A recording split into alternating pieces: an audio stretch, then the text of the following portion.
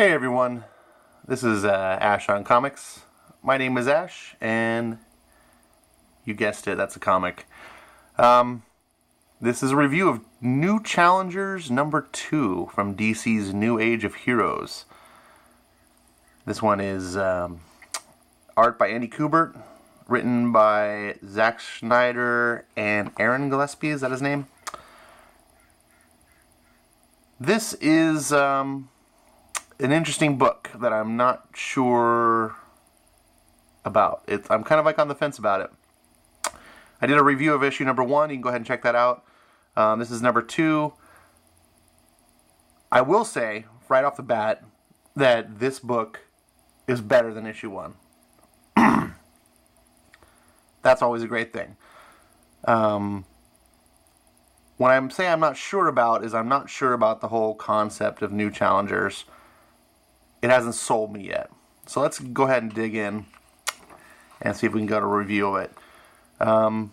We pick up with a flashback to one of the characters. It wasn't clear to me at first, but this is one of the challengers.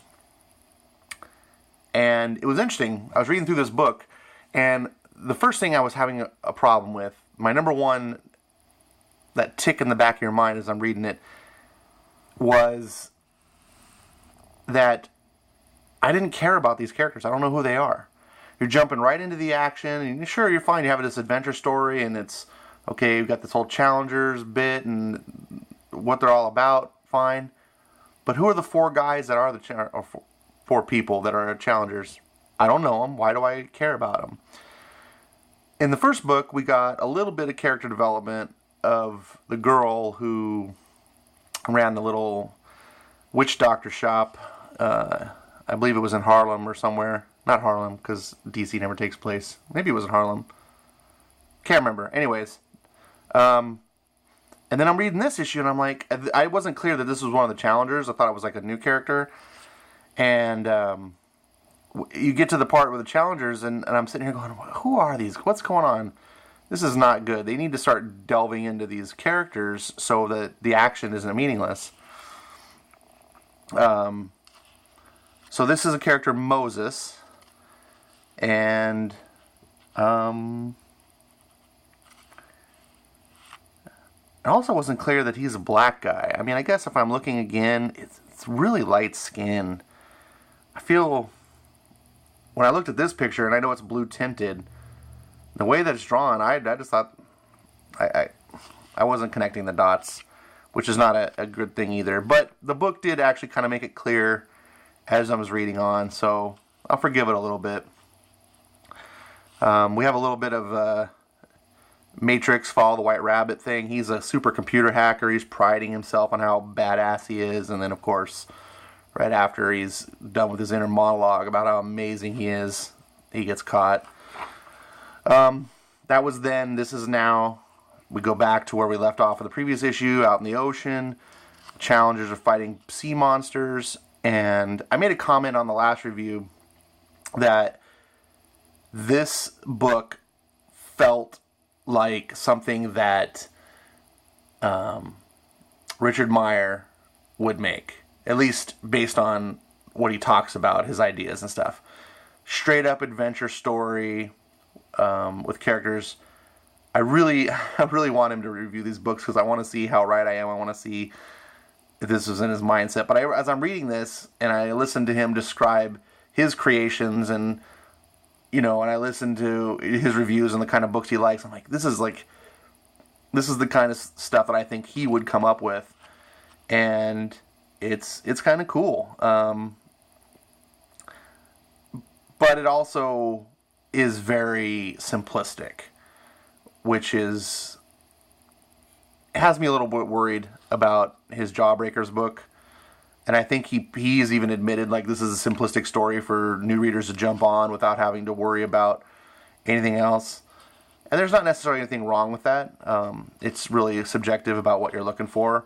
But here we got these challengers. They're in the ocean. They're fighting big sea monsters and stuff. And you find out that, at least initially, I don't think they have superpowers. This guy, Prof, who runs the show, can beam them in, essentially powers or armor or different things, and allows them to fight. So they do. Then Aquaman shows up because there's a big sea monster in the ocean and he rules the waves. So I guess it does make sense that he shows up. And he's, of course, taken charge, and he doesn't know who these challengers are. So he's, kind of threatening. Here he says, "For your sakes, I hope you're not the cause of this anomaly." And then the next thing, all of a sudden, he sees Atlantis, and he's like, "What the hell?" And he's not understanding. And he starts breaking down, and then Justice League calls him, and the Challenger's like, "Yeah, okay, cool, you deal with that, we're out of here." And it was weird because it doesn't have anything else to do with the story. I guess it was like a weird little bit for them to get past that conflict and kind of have Aquaman make a little cameo.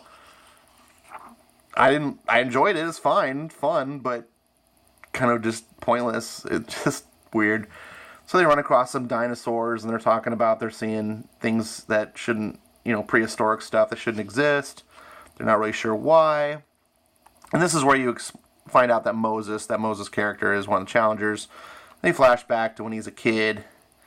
And he's they're kind of give him a little backstory and so forth. You can read that on your own. And cuts back to present day. There's this artifact, if you remember from issue 1. So this seems clear that this is a different artifact than the one that we saw in the previous issue, which tells me there's more than one. So if you remember my previous review, there's a part where it was confusing of whether there was 2 artifacts or 1 artifact. This may actually appear to be a third, so maybe they're being collected. It appears that Prof wants these for some reason. We got some bad guys here, not sure who they are. And then it cuts over back to Moses' backstory. And I liked this. This is where the book started getting intriguing to me, because here you can see the bandages around this guy. And if you remember, the first book started off with one of these guys, the trench coats, and they're mummified looking. I don't know what to call them. But there's a group of them, and they've lured him out here. These are guys that apparently discovered his hacking, and they got him out here. And I like, there's a talk where they talk about, we're hoping you would figure it out on your own. Rise to the challenge. So the book's called Challengers. That seems significant. Just as this piece of dialogue here, as they're going back and forth, some things are meant to be unknown. And if you're aware, the original book that this is based off of was Challengers of the Unknown. So that had me kind of perk up and say, oh, okay, these guys, this whole mythos of Challenger of the Unknown, these guys have something to do with it. They end up killing, spoiler alert, we already know he's dead, killing him, but it feels like these guys are manipulators. They talk about we control everything. And so it makes you wonder, are they killing him knowing that he'll become a challenger? What part do they have to play? I kind of like that mystery. I like when storytelling leaves something for you to discover and want to know more. So back again, cut to the underwater fight with these guys. And Moses is the main protagonist for this particular little mini story. And he wants to get this artifact. It's got this dark energy that relates to his backstory. He discovers that one of the guys that are chasing him in these suits happen to be the mummy guys. And he finds a way to break this energy shield to get the thing. And, spoiler. And they manage to get back before the time when their hourglass runs out. And they get back and they're kind of fed up. They're like, what's going on? It's time for you to tell us what's going on. He's like, of course, we're on the same team. Let me tell you. Oh, boom, gets shot, dead. So, great. This is kind of a cliche moment, but I appreciated it. It's like, wait, the boss is about to tell us why he's dead. We'll decide whose team you're on. Who are you? And it's the original challengers. They say, who are we? Sister, we're the real challengers of the unknown, and you got some explaining to do. Of course, they can't explain anything because you just killed the guy who knows anything. But nice hook. I did not expect this.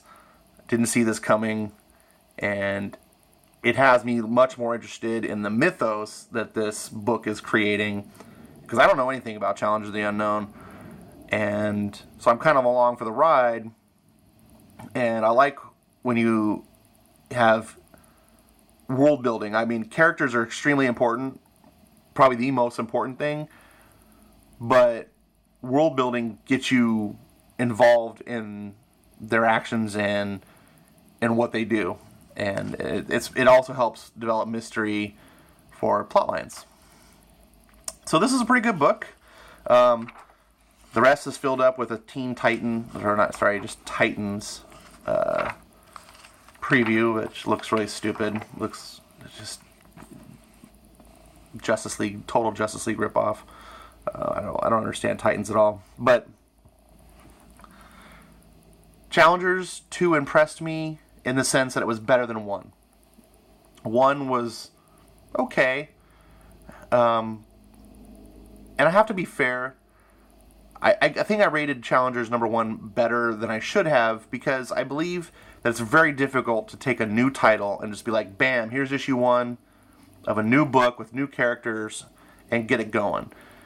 If you were to write, say, hey, we're going to do a new Batman number 1, well, the character's already established. Even though it's number 1, you kind of know what you're getting. They have a whole history of adventures and villains and backstory that the writers can immediately jump in. But when you have a fresh title of new characters and new villains and none of that, you can't just jump in running. You'll lose the audience, and it takes a little bit to build up. This book actually reminded me a lot of New Universe, if anyone remembers that failure from the 80s that Marvel tried. New Universe failed, but I give it a lot of credit for what Marvel was trying to do. It was extremely ambitious. And there was, for all the problems it had a lot of good. New Age of Heroes itself, as a concept, reminds me of New Universe, with fixing one of the biggest problems of New Universe, which was in New Universe, it was a separate entire multiverse. Like, those characters did not exist within the Marvel Universe. So if you've read a New Universe book and you liked it, and you're like, oh, I like this character, you were never going to see them cross paths with Captain America or Spider-Man. It was a separate, and that was the mistake. I think if Marvel had thrown those guys into the Marvel Universe, or even have the universes collide, like start them off separate so you can kind of get to know them on their own, and then have some big crossover event where the worlds collide and all the New Universe characters in the Marvel Universe, they all end up in the same place. That would have been cool. But I digress. DC, I feel, is taking the same concept. I believe there's 8 total books, which was about roughly the number of books that the universe had. And instead, they're basically saying, no, all of this is bam, right in our universe. These characters, as you saw with Aquaman here, I mean, they're going to cross paths with our existing characters. Some of the books actually are not even really new. I mean, New Challengers is all new guys, but it's based off of an old lore, which is Challengers of the Unknown. Damage might be as well. I know DC had a book called Damage in the past. I don't know what the relationship is. The Terrifics obviously feature some existing characters in Plastic Man and Mr. Terrific and so forth, but it's new in the sense that they're a group where they never were before. So they have a few to be kind of grounded, and then you have the majority are brand new characters like Silencer and Sideways and Brimstone, none of which I read. But then Immortal Men is the one I am currently liking the most. And then there is The Unexpected, which I need to do a review of that one. Perfect name for a book. That one was completely unexpected. And anyways, I have a tendency to ramble on about nothing. My mind takes me on all sorts of tangents. I hope you like this review. I hope this kind of piques your interest. If you are looking for something different, Challengers is a good, pretty decent book. The art by Kubert is nice. The writing is solid. Like I said, this one even picks up from the first, which was lukewarm.